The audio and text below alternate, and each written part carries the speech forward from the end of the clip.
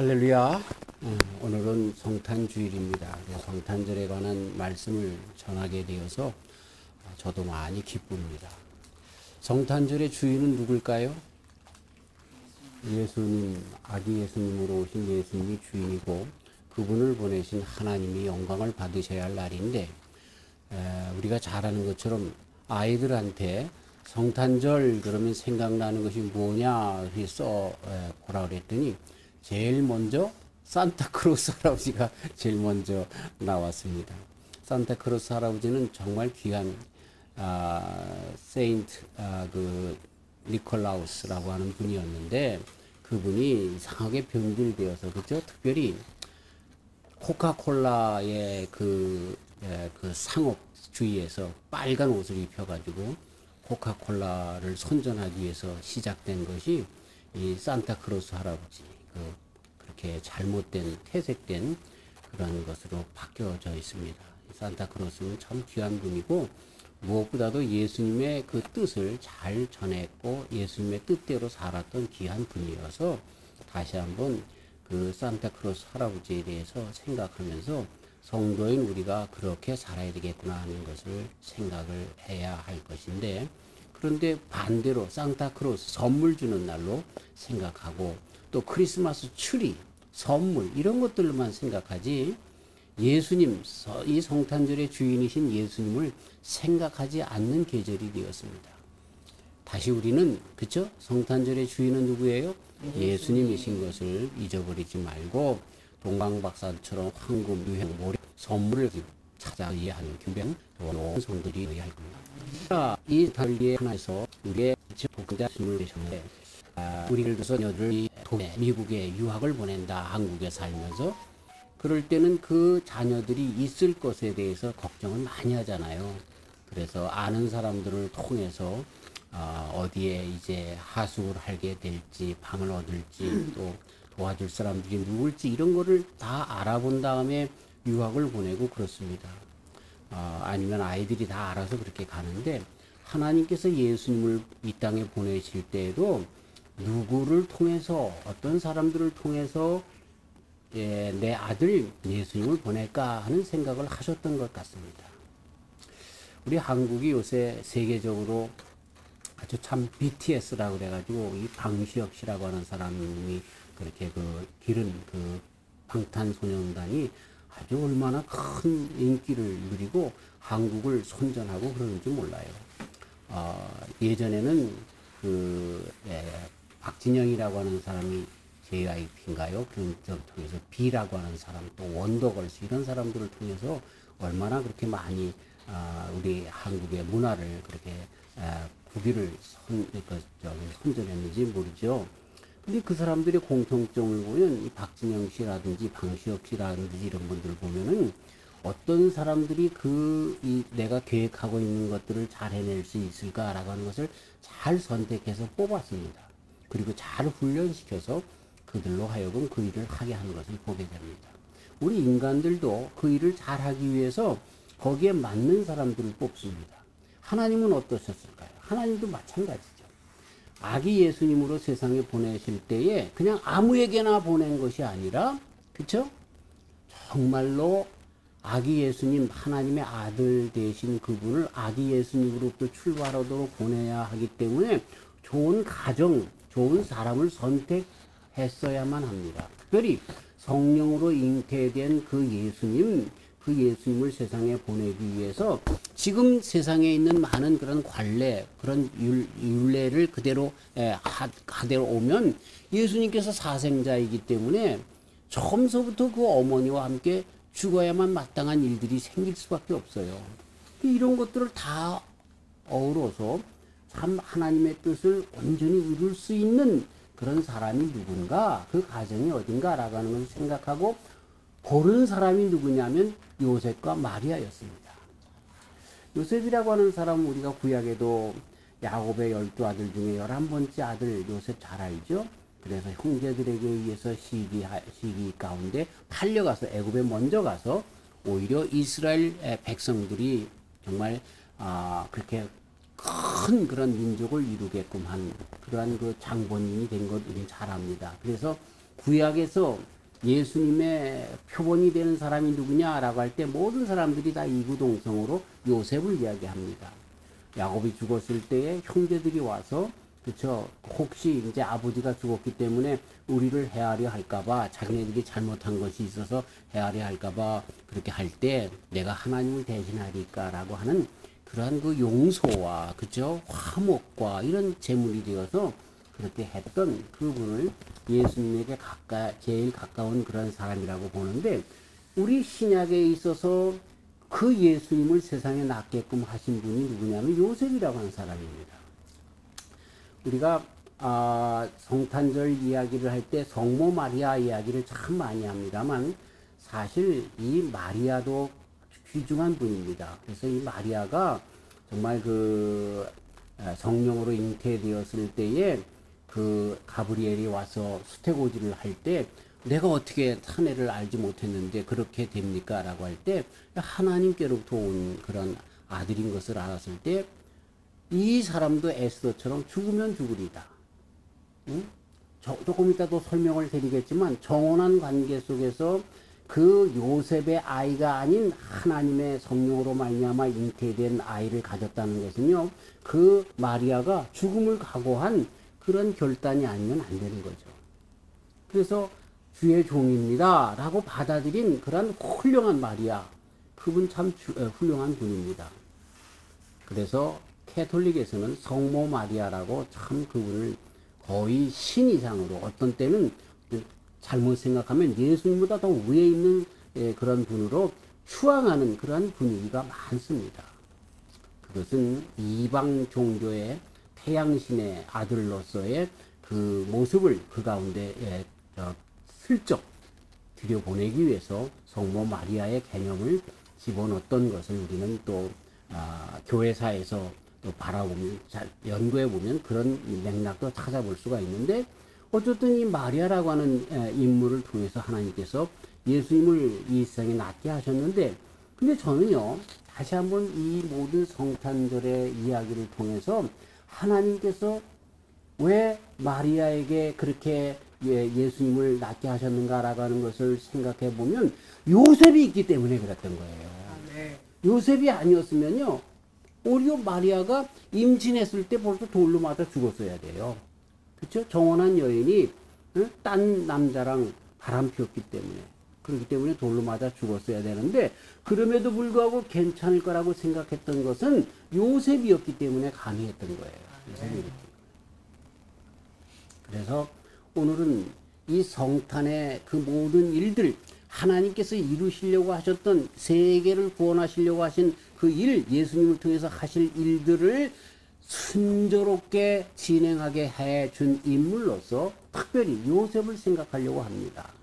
그러면서 오늘 제목이 뭐예요? 요셉을 택하신 하나님입니다. 왜 하나님께서 요셉을 택하셨는가?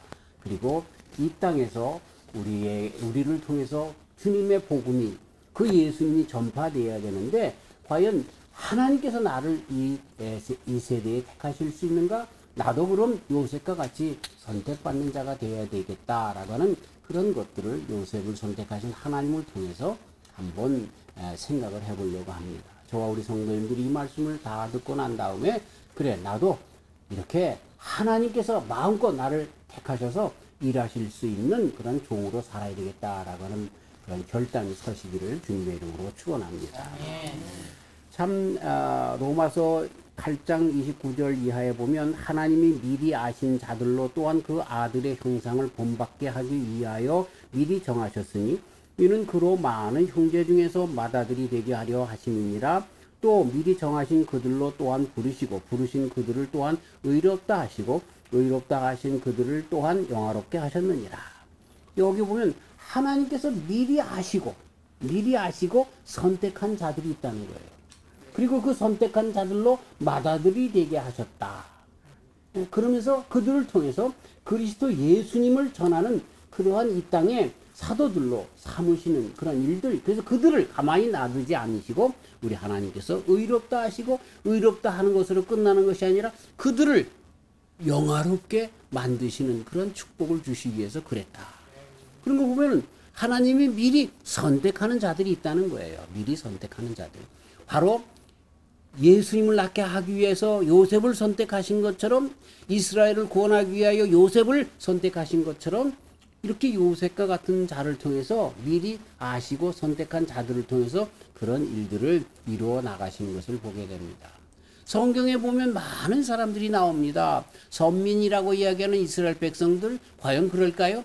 그 사람들은 정말 말썽꾸러기들이었습니다. 조금 틈만 주면 짜증스럽게 하나님 앞에 대적하고 핀잔하고 또 뭐 하나님에 대해서 참 정말 불신앙으로 대했던 사람들이 그저 그들이 이야기하는 선민이라고 하는 이스라엘 백성들입니다. 아닙니다.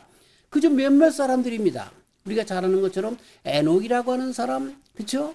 또 아브라함이라고 하는 사람, 모세라고 하는 사람, 다윗이라고 하는 사람, 그저 몇몇 사람들이 역사 가운데 하나님의 편에 서서 주님의 뜻을 온전히 전한 사람들이었습니다. 그런 걸 보면 이 세대에 많은 사람들이 있지만 이 요셉처럼 주님의 그 길에 서서 주님의 그 길을 잘 그렇게 나가도록, 주님의 도가, 주님의 구원의 그 놀라운 복음이 잘 그렇게 나가도록 하신 분들은 얼마 없구나, 그런 생각을 해봅니다. 글쎄요, 구원받았으면 뭐 장땡이지 뭐, 그럼 뭐 할렐루야지 뭐. 그렇지만 주님께서 오늘 요셉을 통해서 우리 심령에 부르심이 왜 또 다시 그렇게 우리를 콜링하시는 부르심이 있는데, 그게 뭐예요? 나도 요셉처럼 주님의 일을 좀 감당하는 사람이 되었으면 하는 그 마음가짐. 그래서 그를 미리 아시고 택하시는 주님의 택하심이 나에게도 있기를 원하는 그러한 복으로 함께 하시기를 주님의 이름으로 축원합니다. 네. 요셉을 선택했어요. 사실은 우리 마리아에 대한 기록은 많습니다. 그리고 요셉은요, 요셉의 예수님의 탄생 설화에만, 탄생 이야기에만 나오지요. 그 이후에 예수님이 어렸을 때 예루살렘에 그 부모와 함께 갔다라고 하는 기록가 요셉에 대한 기록은 끝입니다. 근데 마리아, 예수님의 어머니는 어디까지 계속되냐 하면 예수님께서 십자가에 달려 돌아가실 때까지 그 밑에 있으셨습니다. 처음 예수님의 사역, 가나의 혼인잔치에서 정말 물로 포도주로 그렇게 베푸신 그런 기적의 장소에도 마리아만 있었지 요셉은 안 계셨습니다. 그런 걸 보아서 요셉 그분은 일찍 돌아가셨음을 알 수가 있습니다. 그래서 예수님께서 그 아버지를 대신해서 가계를 책임져서 몫으로서, 훌륭한 몫으로서 청년의 시기를 살았을 것을 우리는 잘 압니다. 근데 더 재밌는 것은요, 제가 터키를 여행하다 보니까 이 성모 마리아의 무덤은 있습니다. 그런데 요셉의 무덤은 어디 있는지 모릅니다. 역사 가운데 완전히 뒤안길로 사라지신 분이 요셉입니다. 하나도 들리지 않는 분이 요셉입니다. 이 예수님에 대한 그 사역은요, 마리아에 대한 그 사역에 하는 사도 요한님과 함께 다니면서 에베소에도 같이 계셨다는 그런 그 이야기가 있고요. 그리고 또 어디도 있었다 하는 그런 그 역사들이 많이 있고, 그리고 로맨 캐톨릭에서는 그분을 성모 마리아라고 해서 예수님보다 조금 더 위에 두는, 예수님을 낳기 때문에 그렇게 생각하는 그런 잘못된 그 일이 있을 정도로 마리아에 대한, 사실 저는요, 이 성모 마리아 그분이 참 훌륭한 분이라는 것을 믿어 의심치 않아요. 근데 로맨 캐톨릭에서 너무 그분을 신성화시켰어. 참, 그래서 지금 하늘나라에서 이 마리아님이 이 세상에 그렇게 잘못 자기를 하나님보다 높게 취향하려고 하는, 예수님보다 높게 취향하려고 하는 그 로맨 캐톨릭 교회에 대해서 상당히 못마땅하게 여길 거라고 생각이 됩니다. 우리 천국 가서 한번 물어봅시다. 그랬나 안 그랬나? 네, 맞습니다. 마리아 그분 그런 분 아닙니다. 들리지 않는 분, 똑같은 분이었습니다. 그런데 그 마리아와 같이 그보다 더 훌륭한 분이 요셉이었는데, 그보다 더 훌륭한지 그렇게 얘기하지 마시고 아직 두 분 똑같이 훌륭한 분이었는데 무엇이 그 요셉의 훌륭한 분인가? 성경은 뭐라고 얘기를 하고 있습니까? 그는 의로운 사람이다. 의로운 사람이다. 그가 의로운 사람이었던 것은 예수님의 아버지로서 그 후에 정말 예수님을 낳게 했기 때문에 의로운 사람이 아니라 의로운 사람이었기 때문에 하나님께서 그 요셉을 선택했습니다. 아멘. 물론 그 의는 우리가 얘기하는 그리스도 예수님 안에서 복음으로 말미암아 믿음으로 그렇게 얻은 의와는 좀 다른 것입니다. 그 의는 어쩌면 인간적인 의, 사람의 됨됨이에 있어서 많은 사람들에게 존경받는, 그리고 모든 사람들이 그래야만 하는 그런 어떤 세상의 기준으로서의 의인지도 모르겠습니다. 그래서 하나님께서 그를 미리 아시고 그에게 예수님을 그렇게 낳게 하는 그 고난, 그 기쁨, 그 권리를 그렇게 허락해 주셨는지 모르겠습니다. 그 의가 뭘까 하는 것을 우리는 알아내야 할 것입니다. 자, 근데 그 의를 알기 전에 우리는 요셉과 마리아의 그 결혼 생활에 대해서 알기 위해서 왜 그분이 의롭다고 그렇게 말씀하셨는가라고 하는 것을 알기 위해서 먼저 이 유대의 그 이스라엘의 결혼 풍습을 먼저 알 필요가 있습니다. 그리고 그 결혼 풍습을 알면요, 우리 신약 성경에서 다시 오실 예수님을 기다리는 우리 성도들, 신부라고 기록된 우리 성도들이 어때야 할 것인가 라고 하는 것들도 설명이 자동적으로 됩니다. 자, 먼저 가족끼리, 그렇죠? 주로 그 신부의 아버지와 신랑의 아버지가 서로 선택을 합니다. 우리 옛날에, 그렇죠? 부모들끼리 이렇게 해서 그냥 뭐 선도 본 것도 아니고, 그렇죠? 연애해 본 것도 아니고, 그래서 결혼한 일들이 많은 것처럼 이 유대에도 그런 일들이 많이 있었습니다. 그러면 이제 이 신랑의 집에서 예물을 가져다가, 그렇죠? 결혼 집찬금을 그 신부의 집에 치릅니다. 그러면 정혼식을 갖게 되는데 보통 한 일주일 정도 신부 집에서 정혼을 위한 그 식을, 약혼식을, 우리 식으로 얘기하면 약혼식을 거행합니다. 그리고 이제 그 포도주를 한 잔 따라서 신랑이 신부에게 주면서 청혼을 합니다. 그럼 신부가 그걸 받아 마시면서 이제 정혼이 성립이 되는 거죠. 그러면서 이 신랑은 그 신부집을 떠나서 한 그 집을, 두 부부가 와서 살 집을 위해서 이제 경제적으로 자립하고 그렇게 살 집을 위해서 아버지 집으로 다시 돌아가게 됩니다. 가면서 정표로 반지를 주든가 하는데, 우리가 잘 아는 것처럼 그 잃어버린 드라크마 비유 잘 알잖아요. 그래서 결혼식 때 이 여자분들이 이 금으로 된 관을, 그 10개의 금 동전을 깨가지고 머리에다가 그렇게 금관을 쓰잖아요. 그런 정표를 주는 것이 일례입니다. 그래서 우리 잃어버린 드라크마를 그렇게 찾았는데, 찾아서 이 사람들이, 동네 사람들 다 불러서 잔치했다 그러는데, 이 잔치한 값이 잃어버린 동전값보다 더 나갈 수 있어요. 근데 그만큼 그게 가치가 있다는 거예요. 왜 가치가 있어요? 정혼한 남편이 주었기 때문에 그런 거예요. 무슨 얘기인지 아시겠죠? 금가락지 남편이 주고 갔단 말이에요. 근데 그걸 잊어버렸어요. 근데 그 금가락지가 그래봐야 그 남편이 돈이 많이 없어서 구리가락지를 잃어버렸다고 해보십시다. 근데 그걸 찾도록 찾는 거야. 왜 찾아요? 정혼한 표이기 때문에 찾는 거예요. 우리가 그 말씀을 잘못 이해해서 금조각 하나 잊어버려서 찾는다, 그게 아니라 우리 세상의 성도들이 하나님께로부터 우리에게 정말 정혼의 표로 주신 선물이라고 하는 거예요. 이거 잊어버리면 안 되는 거야. 그러니까 이 신부는 그 이제 금관 중에 이제 선물로 받았던가 금가락지를 받았던가 이 정혼의 표를 바라보면서 그 모진 혼자 이제 결혼할 때까지 신랑을 기다리면서 그걸 바라보면서 그 모진 그 정혼 생활을 기다리면서 참는 그런 표로 삼았던 것이죠. 아버지 집으로 간 이 신랑은 이제 잘 열심히 일을 해가지고 집을 번듯하게 지어서, 그래서 그것이 보통 1년에서 2년 정도 걸린다는 겁니다. 그때에 이제 다시, 야, 이제 됐으니까 가서 신부 데리고 와라. 그러면 이제 진정 결혼식이 신랑의 집에서 이루어지게 되는 것입니다. 그러면 대부분 밤중에 신랑과 들러리들이 나팔을 불면서 이 신부를 데리러 가는 거죠. 그래서 어느 때 오는지 모른다. 우리가 슬기로운 5처녀와 어리석은 5처녀, 10처녀 비유 아시죠? 그게 바로 그 풍습에서 나온 거예요. 그랬을 때 어떤 처녀들은 자며 졸며 해서 기름을 준비하지 않았는데, 그러면 이제 들러리들이 나팔 불고 신랑이 온다 그러면 그때 들러리들이 신부 친구들이 이제 호롱불에 이제 불을 켜서 하는데, 그걸 준비가 안 돼 있으면 기름이 없으면 안 되잖아요.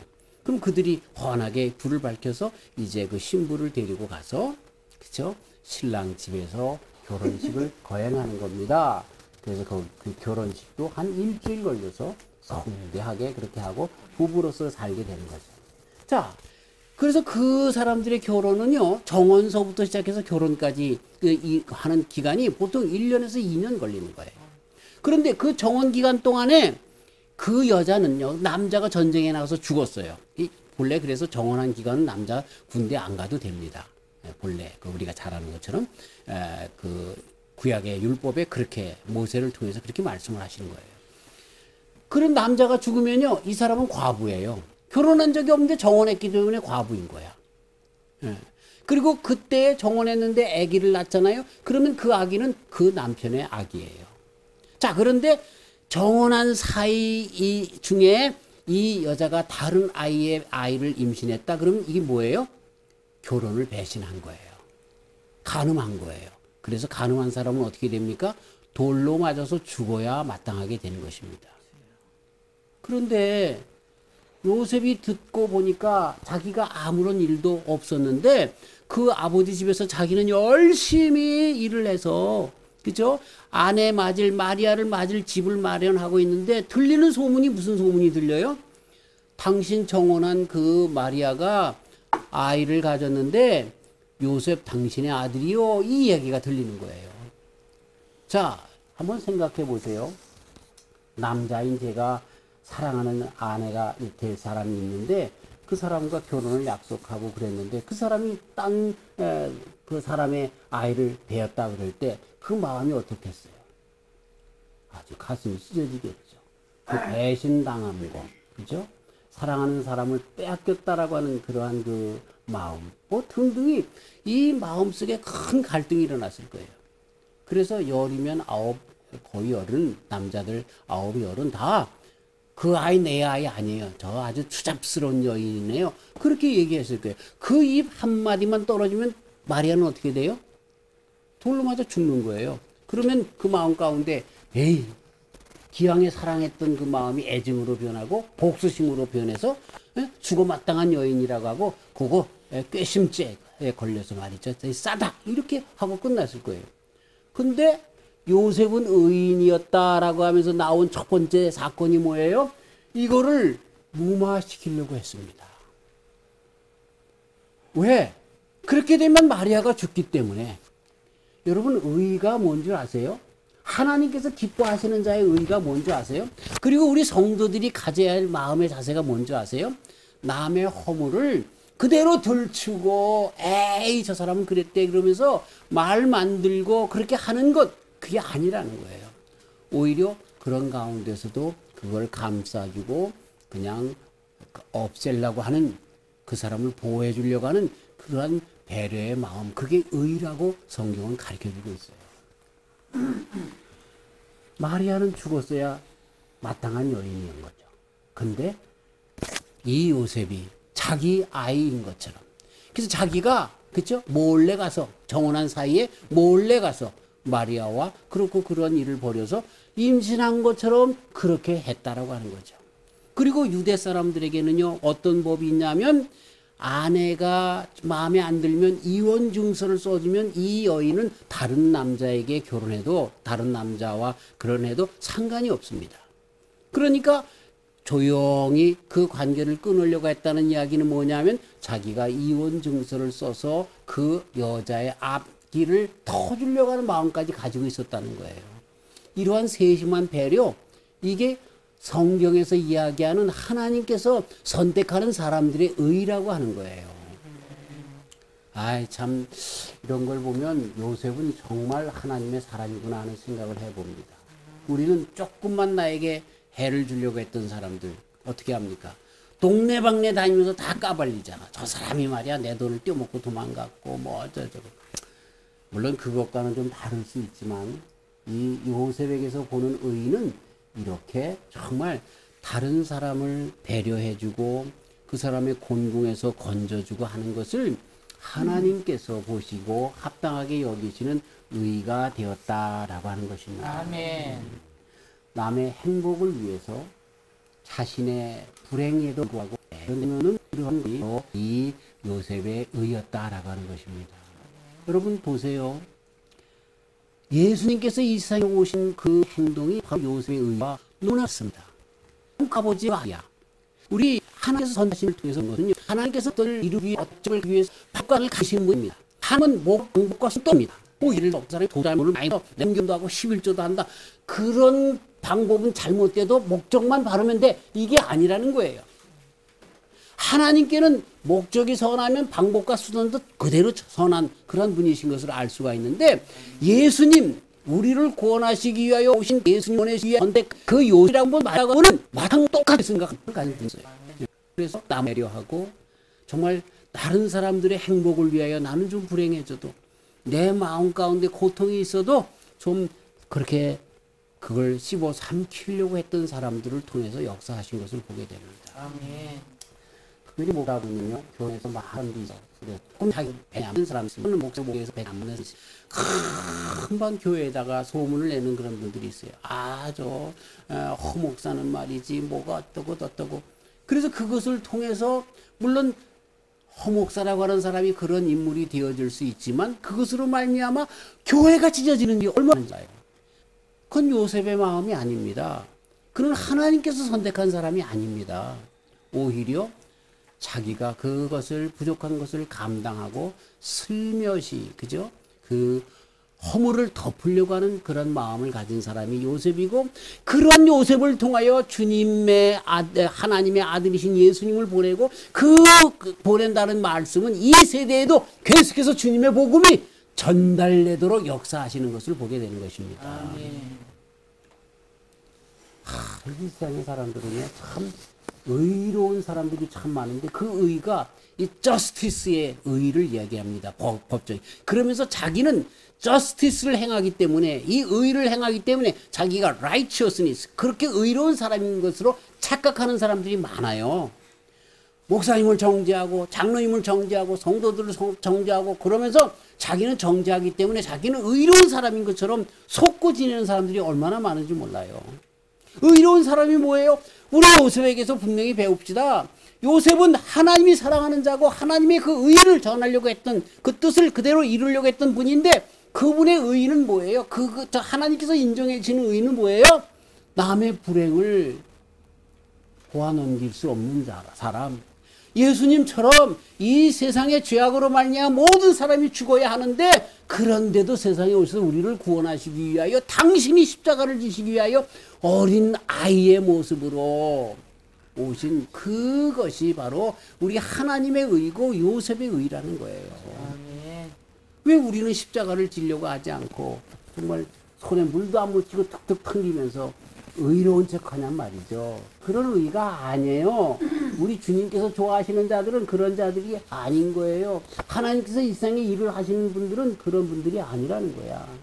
의시되고 그렇게 자기를 들내고 교만하고 그런 사람들이 아니라 이렇게 몰래 감추려고 하고 주님의 뜻을 이루려고 했던 그런 사람들이 되어진 것을 보게 됩니다. 가만히 끊고자 했습니다. 자, 그런데 어떻게 되었습니까? 하나님께서 그에게 은혜를 주셔서 하나님께서 그에게 가르쳐 주시는데, 이는 내 아들이다 가르쳐 주잖아요. 성령으로 잉태된 자다. 그 이야기는 마리아가 부정을 저지르지 않았다라고 하는 말씀도 되고요. 그리고 너를 통해서 내가 이 세상을 구원할 예수님을, 메시아를 주겠다 하는 그런 말도 되는 거예요. 그 말을 들었을 때요, 그 말을 들었을 때 이 요셉이라고 하는 분이 어떻게 합니까? 그 말씀을 듣는 거야. 그래서 아무런 말을 하지 않고 그를 데려다가, 그쵸? 예수님 태어날 때까지 성적인 관계를 갖지도 않고, 또 로맨 캐톨릭에서 그 마리아를 성스러운 성녀로 치기 위해서 요셉과 관계를 한 번도 가진 적이 없다라고까지 그렇게 주장을 합니다. 그럼 성경에 나오는 예수님의 네 형제가 나오잖아요. 이름이 나오잖아요. 그 사람들은 누구냐? 그건 다 사촌이다. 이렇게까지 얘기를 합니다. 요셉의 그 형이나 아니면 동생이 있었는데 요셉도 일찍 죽고 그 형이나 동생이었던 그분도 일찍 죽었기 때문에 그 집 사촌을 이제 그 큰아들이었던 예수님이 다 걷어 먹이셨고 살리셨다라고 그렇게 말을 만들어서 동정녀 마리아를 완전히 동정녀 마리아로 끝까지 간직하려고 했던 것을 보게 되지요. 그게 사실인지 아닌지 우리가 하늘나라에 가서 또 물어봅시다. 자, 그런데 그보다 더 중요한 것이 뭐예요? 요셉이 그 사건 이후에 그 일이 되게끔 하기 위하여 얼마나 주님의 말씀에 충성했는가를 우리는 알 수가 있어요. 거기에 대해서 이런 망구하지 않았어요. 왜 하필 납니까? 그러지 않았어요. 그 말씀 떨어지자마자 정말 여기 말씀 보면은 예 알았어요. 그런 말도 없어요. 그런 말도 없어요. 그죠? 그 말씀이 그냥 그거야. 하나님께서 말씀하셨으니까. 그래서 그 마리아를 데려다가 잘 보살펴주고 자기의 결혼이라고 하는 그 울타리 안에서 그쵸? 마리아와 아기 예수님을 보호해 줄 뿐만 아니라 그 아기 예수님에 대해서 끝까지 성실을 다하셨던 분 요셉인 것을 보게 되는 것입니다. 왜 가톨릭에서는 성자로서 성모 마리아라고 얘기하면서 왜 성부 마리아 요셉이라고 얘기하는지 안 하는지 모르겠어. 아마 성부 하나님밖에 없으니까 그랬는지 모르지만 적어도 성자 요셉이라고 얘기해야 될 거예요. 네. 이같이 성자가 어디 있습니까? 네. 우리 하나님께서 의로운 자라고 인정해준 그분인데 말입니다. 네. 그런 분이 있었던 거예요. 그래서 정말 아까 말씀드린 것처럼 이분은 어디에 언제 돌아가셨는지 역사 가운데 무덤도 없어요. 존재가 없어요. 그렇게 하나님만 드러냈던 삶으로 완전히 끝내버린 그런 분이에요. 우리 가서 하늘나라 가서 만나보게 될 거예요. 그 요셉을 만나보게 될 거예요. 그분이 어느 자리에 있는지 보게 될 거예요. 네, 우리가 이 세상에서 아무리 떠들고 뭐 내가 큰 교회 목회했느니 몇 명을 전도했느니 그런 사람들과는 전혀 비교되어지지 않는 자리에서 주님에게 정말 충성, 헌신, 봉사했던 분으로 우뚝 서 계신 것을 볼 거란 말이죠. 네. 자, 이제 그러면은 이 성탄의 그 귀한 뜻을 전해 주신 그런 분 중에 한 분이 바로 요셉이라고 하는 분인데 그분을 통해서 우리는 뭘 알 수 있어요? 그분을 선택하신 하나님이시라는 거예요. 그럼 우리가 어떻게 선택함을 받아야 돼요? 마찬가지죠. 요셉처럼 그죠? 의로운 사람이 되어야 되는 거야. 그 의는 제가 아까 소개한 것처럼 justice 그냥 넌 이래서 나쁘고 넌 저래서 나쁘고 그렇게 남을 그렇게 평가하고 비판하고 정죄하고 그런 자가 아니라 오히려 남의 불행과 남의 누추함과 남의 그러한 모든 것들을 감춰주는 그러한 일들을 하는 말씀을 전하면서 제가 부끄럽습니다. 저도 옛날에 나에게 잘못한 사람들 그냥 끌어내서 씹는 것이 재밌는데 아유, 그렇게 하지 말아야 되겠구나 하는 생각을 해보게 됩니다. 참, 제가 데리고 있었던 부목사님이 내 뒤통수를 치고 하는 그런 일들 때문에 그게 두고두고 얘기하다 보면 나도 모르게 막 화가 나서 얘기가 나는 그런 일들이 있는데 이제 그만둬야 되겠어요. 그분을 통해서도 하나님께서 역사하실 것이라 하는 생각을 그렇게 하게 되는 것입니다. 참, 우리 요셉처럼 이렇게 정말 의로운 자. 그래서 그 의가 뭐예요? 남의 불행과 남의 어려움과 남의 누추함과 남의 죄악까지라도 감춰주려고 했던 자. 그러면서 주님의 일이 일어날 때까지 아기 예수님이 날 때까지 보호해줬던 자.